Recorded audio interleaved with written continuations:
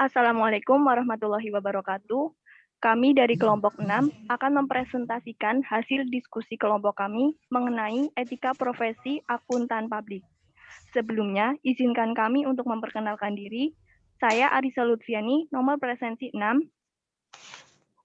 Saya Intan Fitriani, nomor presensi 12.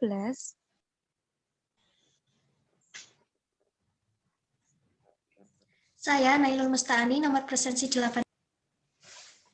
Saya Safira Amalia, nomor presensi 24. Untuk selanjutnya, kami akan menjelaskan langsung pada materinya. Yang pertama, etika atau etik berasal dari bahasa Yunani ethos yang artinya watak, karakter, atau kesusilaan. Etika akan berkaitan dengan konsep untuk menilai apakah tindakan-tindakan yang telah dikerjakannya itu salah atau benar, buruk atau baik. Next. Selanjutnya adalah etika profesi. Menurut Widjo Subroto, tahun 1999, kehadiran organisasi profesi dengan perangkat built-in mechanism merupakan kode etik profesi. Dalam hal ini, jelas akan diperlukan untuk menjaga martabat serta kehormatan profesi. Dan di sisi lain, melindungi masyarakat dari segala bentuk penyimpangan maupun penyalahgunaan keahlian. Dalam diri para elit profesional terdapat kesadaran kuat untuk mengindahkan etika profesi pada saat mereka ingin memberikan jasa keahlian profesi kepada masyarakat yang memerlukannya. Ini merupakan profesi mendapatkan kepercayaan dari masyarakat. Next. Yang selanjutnya adalah akuntan publik. Menurut Undang-Undang Republik Indonesia Nomor 5 Tahun 2011 tentang Akuntan Publik dan Peraturan Menteri Keuangan Nomor 17-PMK-01-2008 tentang Jasa Akuntan Publik, akuntan publik adalah akuntan yang memperoleh izin dari Menteri Keuangan untuk memberikan jasa ke akuntan publik di Indonesia. Seorang akuntan harus lulus dalam ujian profesi yang dinamakan Ujian Sertifikasi Akuntan Publik atau USAP. Lulusannya berhak memperoleh Certified Public Accountant of Indonesia atau CPA Indonesia, dan sertifikat tersebut akan dikeluarkan oleh Institut Akuntan Publik Indonesia atau IAPI. Terdapat 10 standar accounting atau 10 generally accounting standar. Ke-10 standar tersebut dibagi menjadi 3 standar pokok yang diantaranya adalah 1. Standar umum. Dalam standar umum ini ada 3 poin. Yang pertama, audit harus dilaksanakan oleh seorang atau lebih yang memiliki keahlian dan pelatihan teknik cukup sebagai auditor. Yang kedua, dalam semua hal yang berhubungan dengan penugasan, independensi dalam sikap mental harus dipertahankan oleh auditor. Yang ketiga, dalam melaksanakan audit dan penyusunan laporan auditor, wajib menggunakan kemahiran profesionalnya dengan cermat dan seksama. Next. Yang kedua adalah standar pekerjaan lapangan. Dalam standar pekerjaan lapangan ini ada 3 poin. Yang pertama, pekerjaan harus direncanakan sebaik-baiknya, dan jika digunakan asisten harus disupervisi dengan semestinya. Yang kedua, pemahaman yang memadai atas struktur pengendalian intern harus diperoleh untuk merencanakan audit dan menentukan sifat, saat, dan lingkup pengujian yang harus dilakukan. Yang ketiga, bukti audit kompeten yang cukup harus diperoleh melalui inspeksi, pengamatan, pengajuan pertanyaan, dan konfirmasi sebagai dasar yang memadai untuk menyatakan pendapat atas laporan keuangan yang diaudit. Next. Yang ketiga atau yang terakhir adalah standar pelaporan. Dalam standar pelaporan ini ada 4 poin. Yang pertama, laporan audit harus menyatakan apakah laporan telah disusun sesuai dengan prinsip akuntansi yang berlaku umum.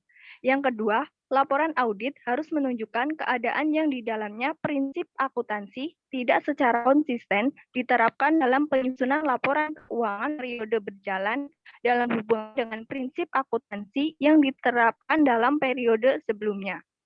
Yang ketiga, pengungkapan informatif dalam laporan keuangan harus dipandang memadai kecuali dinyatakan lain dalam laporan audit. Yang terakhir, laporan audit harus memuat suatu pendapat mengenai laporan keuangan secara keseluruhan atau suatu asersi bahwa pernyataan demikian tidak dapat diberikan. Jika pendapat keseluruhan tidak dapat diberikan, maka alasannya harus dinyatakan. Untuk materi selanjutnya akan dijelaskan oleh Intan. Terima kasih atas waktunya. Untuk materi selanjutnya yaitu etika profesi akuntan publik. Yang pertama, kode etik profesi. Kode etik profesi merupakan sarana untuk membantu para pelaksana sebagai seorang yang profesional supaya tidak dapat merusak etika profesi dan sarana kontrol sosial bagi masyarakat atas profesi yang bersangkutan. Dengan definisi lain, kode etik profesi adalah sistem norma atau aturan yang ditulis secara jelas dan tegas, serta terperinci tentang apa yang baik dan tidak baik, apa yang benar dan apa yang salah, dan perbuatan apa yang harus dilakukan dan tidak boleh dilakukan oleh seorang profesional. Tujuan utama dari kode etik sendiri adalah memberi pelayanan khusus dalam masyarakat tanpa mementingkan kepentingan pribadi atau kelompok. Next. Yang kedua, kode etik profesi akuntansi publik. Setiap bidang profesi tentunya memiliki aturan-aturan khusus atau lebih dikenal dengan istilah kode etik profesi. Dalam bidang akuntansi sendiri, salah satu profesi yang ada yaitu akuntan publik. Kode etik Ikatan Akuntansi Indonesia terdiri dari 3 bagian. Yang pertama yaitu prinsip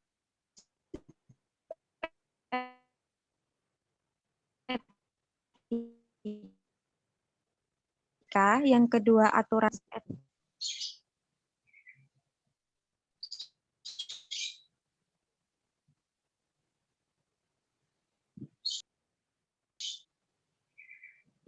Yang pertama, prinsip etika. Di prinsip etika sendiri dibagi menjadi beberapa etika. Yang pertama ada tanggung jawab. Sebagai profesional, anggota mempunyai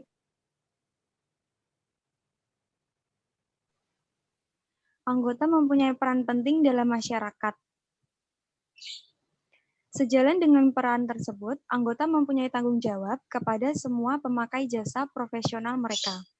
Anggota juga harus selalu bertanggung jawab untuk bekerja sama dengan sesama anggota untuk mengembangkan profesi akuntansi, memelihara kepercayaan masyarakat, dan menjalankan tanggung jawab profesi dalam mengatur dirinya sendiri.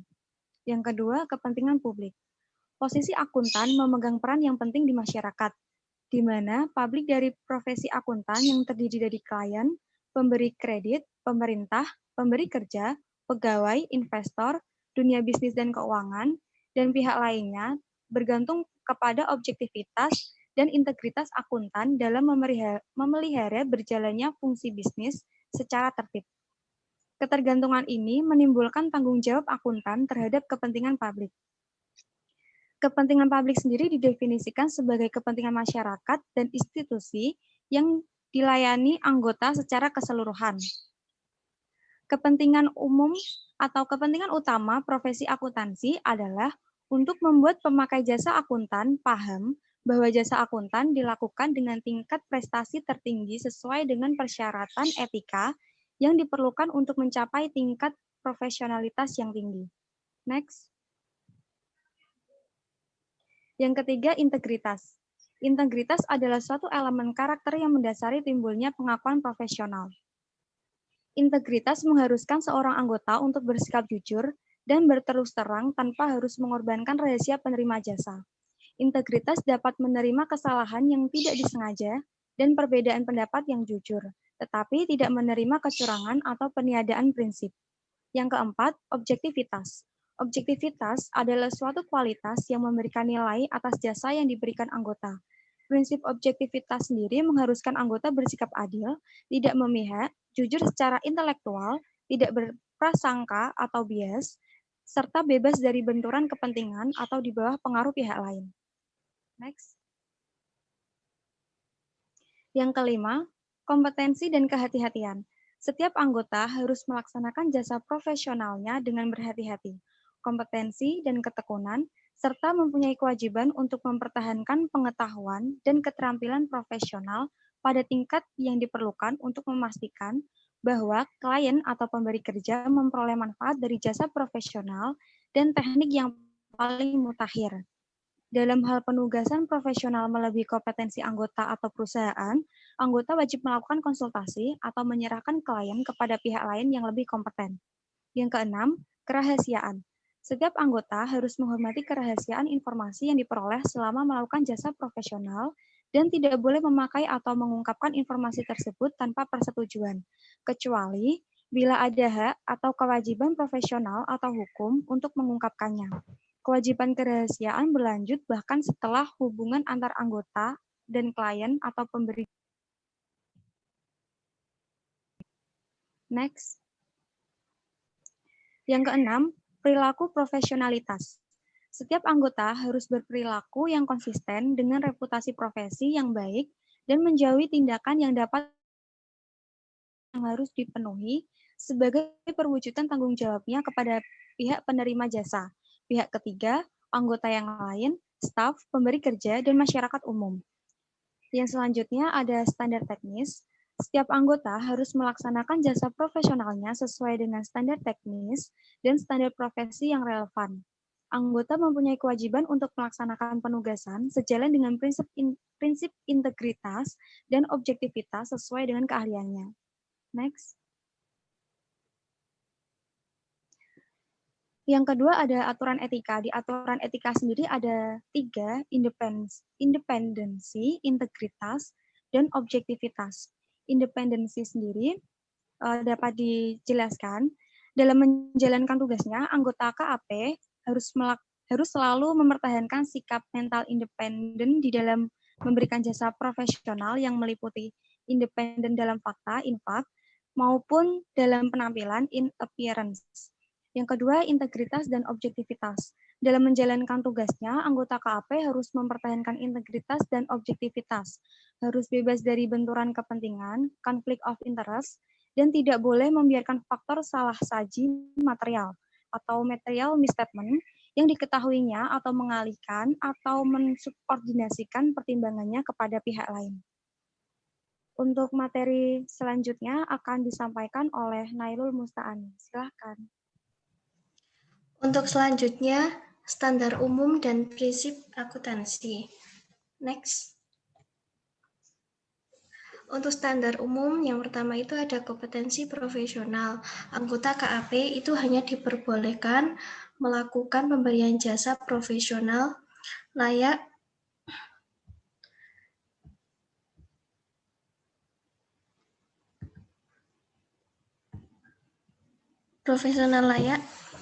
secara layak diharapkan dapat diselesaikan dengan kompetensi profesional. Yang kedua itu ada kecermatan dan keseksamaan profesional. Anggota KAP itu wajib melakukan pemberian jasa profesional dengan kecermatan dan keseksamaan profesional.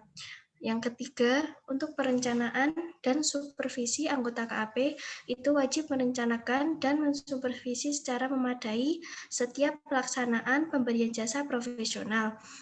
Untuk yang keempat, data relevan yang memadai. Anggota KAP wajib memperoleh data relevan yang memadai untuk menjadi dasar yang layak bagi kesimpulan dan rekomendasi sehubungan dengan pelaksanaan jasa profesional. Next. Untuk selanjutnya, prinsip akuntansi. Anggota KAP tidak diperkenankan menyatakan pendapat atau memberikan penegasan bahwa laporan keuangan atau data keuangan lain suatu entitas disajikan sesuai dengan prinsip akuntansi yang berlaku umum atau menyatakan bahwa ia tidak menemukan perlunya modifikasi material yang harus dilakukan terhadap laporan atau data tersebut agar sesuai dengan prinsip akuntansi yang berlaku. Apabila laporan tersebut memuat penyimpangan yang berdampak material terhadap laporan atau data secara keseluruhan dari prinsip-prinsip akuntansi yang ditetapkan oleh Badan Pengatur Standar yang ditetapkan oleh IAI. Lanjut. Yang selanjutnya ada tanggung jawab kepada klien. Next. Untuk selanjutnya informasi klien yang rahasia. Bagi anggota KAP tidak diperkenankan mengungkapkan informasi klien yang rahasia tanpa persetujuan dari klien. Ketentuan ini tidak dimaksud untuk yang pertama, untuk membebaskan anggota KAP dari kewajiban profesionalnya sesuai dengan aturan etika kepatuhan terhadap standar dan prinsip-prinsip akuntansi. Yang kedua, mempengaruhi kewajiban anggota KAP dengan cara apapun untuk mematuhi peraturan perundang-undangan yang berlaku, seperti panggilan resmi, penyidik, pejabat, pengusut, atau melarang kepatuhan anggota KAP terhadap ketentuan peraturan yang berlaku. Yang ketiga, itu melarang review praktik profesional, review mutu seorang anggota sesuai dengan kewenangan IAI atau menghalangi anggota dari pengajuan, pengaduan, keluhan, atau memberikan komentar atas penyidik yang dilakukan oleh badan yang dibentuk oleh IAI KAP dalam rangka penegasan disiplin anggota. Next, untuk selanjutnya ada tanggung jawab kepada rekan seprofesi. Next, untuk selanjutnya itu anggota wajib memelihara cipta profesi dengan tidak melakukan perkataan dan perbuatan yang dapat merusak reputasi rekan seprofesi. Komunikasi antara akuntan publik. Yang pertama, itu anggota wajib berkomunikasi tertulis dengan akuntan publik pendahulu bila akan mengadakan peringkatan atau independen audit menggantikan akuntan publik pendahulu atau untuk tahun buku yang sama ditujukan anggota publik lain dengan jenis dan periode secara tujuan yang berlainan. Yang kedua, itu akuntan publik pendahulu wajib menanggapi secara tertulis permintaan komunikasi dari akuntan pengganti secara memadai. Untuk selanjutnya, itu ada perikatan atestasi. Bagi akuntan publik itu tidak diperkenankan mengadakan perikatan atestasi dengan jenis atestasi dan periodenya. Sama dengan perikatan yang dilakukan oleh akuntan yang lebih dahulu ditunjuk klien, kecuali apabila perikatan tersebut itu tidak dilaksanakan untuk memenuhi ketentuan perundang-undangan atau peraturan yang dibuat oleh badan yang berwenang. Untuk selanjutnya akan dilanjutkan oleh Safira Amalia. Yang selanjutnya yaitu tanggung jawab dan praktik lain. Yang pertama, perbuatan dan perkataan yang mendiskreditkan. Anggota tidak diperkenankan melakukan tindakan dan atau mengucapkan perkataan yang mencemarkan profesi. Yang kedua, iklan promosi dan kegiatan pemasaran lainnya. Anggota dalam menjalankan praktik akuntan publik diperkenankan mencari klien melalui pemasangan iklan, melakukan promosi pemasaran dan kegiatan pemasaran lainnya sepanjang tidak merendahkan citra profesi. Yang kemudian interpretasi etika. Interpretasi aturan etika merupakan interpretasi yang dikeluarkan oleh badan yang dibentuk oleh himpunan setelah memperhatikan tanggapan dari anggota dan pihak-pihak berkepentingan lainnya sebagai panduan dalam penerapan aturan etika tanpa dimaksudkan untuk membatasi lingkup dan penerapannya. Pernyataan etika profesi yang berlaku saat ini dapat dipakai sebagai interpretasi dan atau aturan etika sampai dikeluarkannya aturan dan interpretasi baru untuk menggantikannya. Kepatuhan terhadap etika kepatuhan terhadap kode etik seperti juga dengan semua standar dalam masyarakat terbuka, tergantung terutama sekali pada pemahaman dan tindakan sukarela anggota. Dan kemudian contoh pelanggaran etika profesi akuntan publik. Kasus KAP Anderson dan Enron terungkap saat Enron mendaftarkan kebangkrutannya ke pengadilan pada tanggal 2 Desember 2001. Saat itu terungkap terdapat utang perusahaan yang tidak dilaporkan, yang menyebabkan nilai investasi dan laba yang ditahan berkurang dalam jumlah yang sama. Sebelum kebangkrutan Enron terungkap, KAP Anderson mempertahankan Enron sebagai klien perusahaan dengan memanipulasi laporan keuangan dan penghancuran dokumen atas kebangkrutan Enron, di mana sebelumnya Enron menyatakan bahwa pada periode pelaporan keuangan yang bersangkutan tersebut, perusahaan mendapatkan laba bersih sebesar 393 juta US dollar. Padahal pada periode tersebut perusahaan mengalami kerugian sebesar 644 juta US dollar yang disebabkan oleh transaksi yang dilakukan oleh perusahaan-perusahaan yang didirikan oleh Enron. Kesimpulan contoh kasus di atas. Yang pertama, berupa pelanggaran tanggung jawab profesi yang salah satunya adalah memelihara kepercayaan masyarakat terhadap jasa profesional seorang akuntan publik. Yang kedua, pelanggaran prinsip kedua yaitu kepentingan publik. Pada kasus KAP Anderson dan Enron tersebut kurang dipegang teguhnya kepercayaan yang diberikan masyarakat dan tanggung jawab yang semata-mata hanya untuk kepentingan klien dan tidak menitikberatkan pada kepentingan publik. Jadi seharusnya KAP Anderson dalam melakukan tugasnya sebagai akuntan harus melakukan tindakan berdasarkan etika profesi akuntansi dan prinsip etika profesi. Yang ketiga, secara global terdapat dua alasan, yaitu kenapa orang bertindak tidak beretika. Yang pertama, standar seorang berbeda dari masyarakat secara keseluruhan. Yang kedua, seorang memutuskan untuk bertindak semaunya. Dalam berbagai situasi, kedua alasan tersebut bisa terjadi. Kemudian etika profesi secara garis besar atau umum.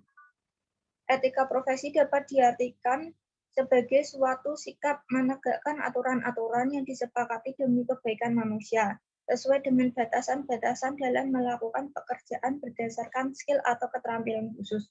Etika profesi dapat diterapkan di segala profesi yang ada dalam kehidupan manusia. Oleh sebab itu, cakupan etika profesi sangat luas. Segala jenis pekerjaan memiliki aturan lain tersendiri. Bukan hanya akuntan publik saja yang berkeharusan memiliki sikap yang bertanggung jawab, jujur, disiplin, dan cara bertutur kata yang baik serta dapat dipercaya oleh orang lain. Karena pada dasarnya etika adalah cerminan dari jati diri setiap orang yang harus dibentuk sejak usia dini. Oleh sebab itu, secara garis besar etika profesi mencakup beberapa hal pokok yang berlaku umum untuk setiap profesi. Hal-hal pokok tersebut yaitu yang pertama, tanggung jawab terhadap pekerjaan, hasil, serta dampak pekerjaan tersebut. Yang kedua, keadilan berkaitan dengan hak-hak orang lain yang wajib dipenuhi oleh kita dalam melakukan suatu profesi. Yang ketiga, otonomi. Hal ini bermaksud untuk memberikan kewenangan kepada setiap orang sesuai dengan tuntutannya dalam menjalankan suatu profesi. Terima kasih. Demikian presentasi dari kelompok 6. Apabila banyak kesalahan, kami memohon maaf. Wassalamualaikum warahmatullahi wabarakatuh.